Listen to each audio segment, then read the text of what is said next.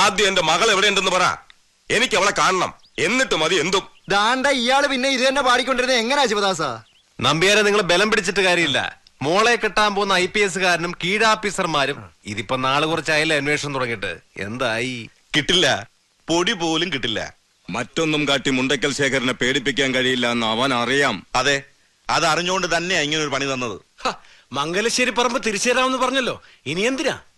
വാക്ക് പോരാ, അത് കാർത്തികേയന്റെ പേർക്ക് എഴുതിയന്റെ പേപ്പർ കാണിക്കണം. വെറുതെ ഓസിനല്ല, ലേലത്തിൽ നമ്പ്യാർ എത്ര രൂപയ്ക്ക് പിടിച്ചോ അതങ്ങ് മേടിക്കാം. ലാഭം വേണമെങ്കിൽ അതും തരും. എന്റെ പട്ടി വരും ലാഭം വാങ്ങാൻ. അല്ല, അത് സൗകര്യം പോലെ ആരെ വേണേലും പറഞ്ഞേക്ക്. പട്ടി ഫ്രീ അല്ലെങ്കിൽ അനുദ്രവം ചെറുക്കനായാലും മതി. ഇല്ലാത്ത സമയം ഉണ്ടാക്കി ഞാൻ ഇവിടെ വന്നിരിക്കുന്നത് ഇതിന്റെ തീർച്ച അറിയാനാ. കുട്ടിയുടെ തള്ള എന്ന് പരാതി ബോധിപ്പിച്ചത് കേട്ടില്ലേ കേന്ദ്രത്തിന്റെ മുന്നില്? അതിന്റെയാ പെട്ടെന്ന് ഈ കോംപ്രമൈസ് മീറ്റിംഗ്. ഈ ചാൻസ് കളയട്ടാ. ഇതുവരെ പിടിച്ചതെന്ന പോലല്ല. കല്യാണ തീയതി അടുത്തു. നാറും നാട്ടുകാരുടെയും വീട്ടുകാരുടെ മുന്നില് നാറി നാണം കെടും. നമ്പ്യാരെ ഒരു തീരുമാനം പറഞ്ഞിട്ട് പോ. രാജേന്ദ്രനോ ശ്രീനിവാസനോ അവരൊന്നും അറിയരുത് ഞാൻ തോറ്റു തന്നു. ചെന്നുപോയി പറ ആ നായിന്റെ മോനോട് ശേഖരൻ സമ്മതം പറഞ്ഞുന്ന്. മുദ്രപത്രം എഴുതി അവന്റെ മുന്നിലേക്ക് എറിഞ്ഞു കൊടുക്കാം. ഇതെന്റെ മോൾക്ക് വേണ്ടി. അങ്ങനെ സമാധാനിച്ചോളാം ഞാൻ.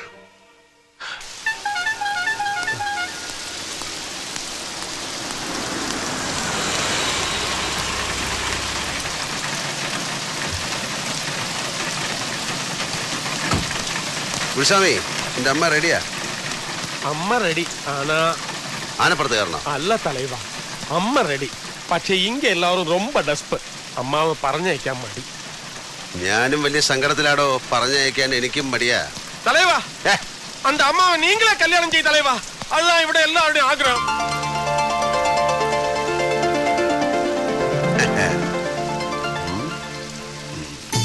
யார வேணாலும் கல்யாணம் பண்ணலாம், அது ஈஸ்வர நிச்சயம். പക്ഷേ யாராயிருந்தாலும் ഒരുമിച്ച് ഇവിടെ വരണം ഒരു നാൾ. അവൾ വരുവാളാ എന്നോടഞ്ചു പോന നെഞ്ച ഒട്ട വെക്ക അവൾ വരുവാളാ. ജാനകി റെഡി?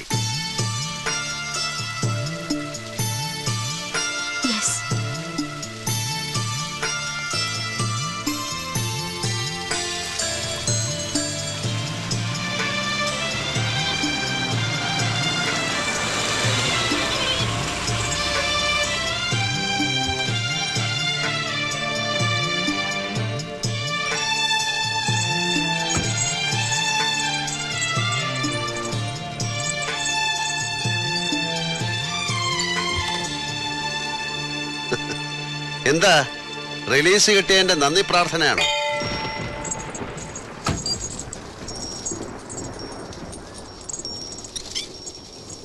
ഇത് കുമുദത്തിന് വേണ്ടിയാ. ഇവിടെ വന്ന് പ്രാർത്ഥിച്ച നമുക്ക് വേണ്ടപ്പെട്ടവരുടെ വിവാഹം എളുപ്പം നടക്കുമെന്നാണ് ഒരു മിത്ത്.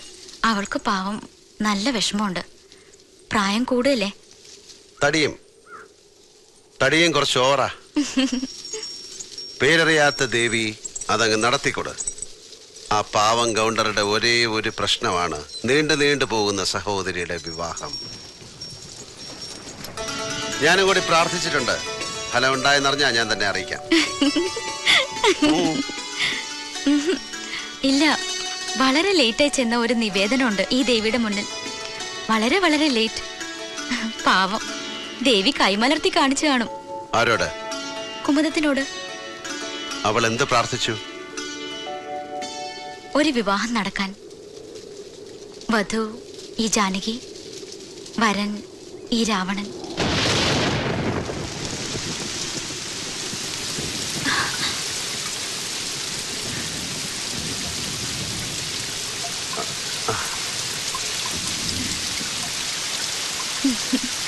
വാത്മീകി പോയിട്ട് പുതിയ എഡിഷൻസ് പ്രിന്റ് ചെയ്തിറക്കുന്ന പബ്ലിഷർ പോലും പൊറുക്കില്ല അവളോട്. ഇതിഹാസമാണേ മാറ്റി എഴുതാൻ ശ്രമിക്കുന്നത്. സ്ത്രീജിതനല്ലാത്ത ശ്രീജിതനായ രാവണൻ ലങ്കയ്ക്കലങ്കാരമായ സൗന്ദര്യമായാണ് സീതാദേവിയെ കണ്ടത്. ആരാധിക്കാൻ, പൂജിക്കാൻ ഒരു വിഗ്രഹം പോലെ. ഇതിഹാസങ്ങളുടെ പുതിയ ഇന്റർപ്രിട്ടേഷൻസ് കുറെ ഉണ്ടായിട്ടുണ്ട്. പക്ഷെ ആരും രാവണ സീതാ പരിണയം ചിന്തിച്ചിട്ടില്ല. തല്ലുള്ളൂ അതാവും.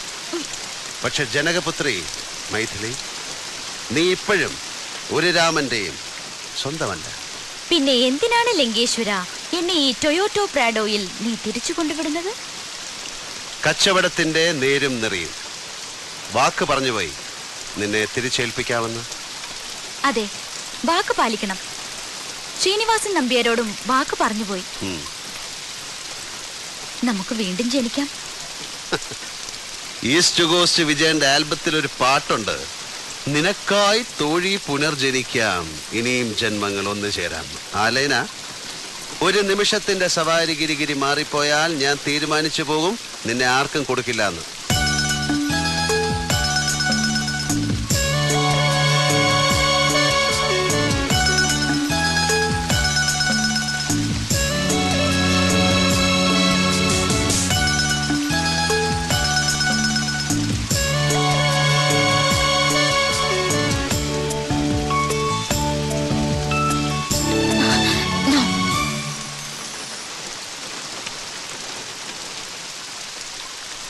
എടാ IPS കാരൻ മോഡേൺ രാമ, മോനെ, നിനക്ക് ഈ ലോകത്ത് വേറെ എത്ര പെമ്പിളാരെ കിട്ടൂടാ കോപ്പെ?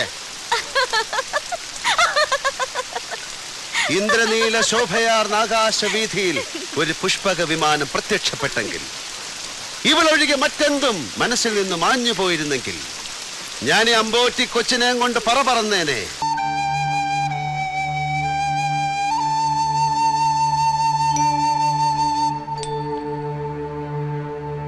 ഞാൻ പറയുന്നതൊന്നും മനസ്സിലാക്കൂ ശ്രീനി.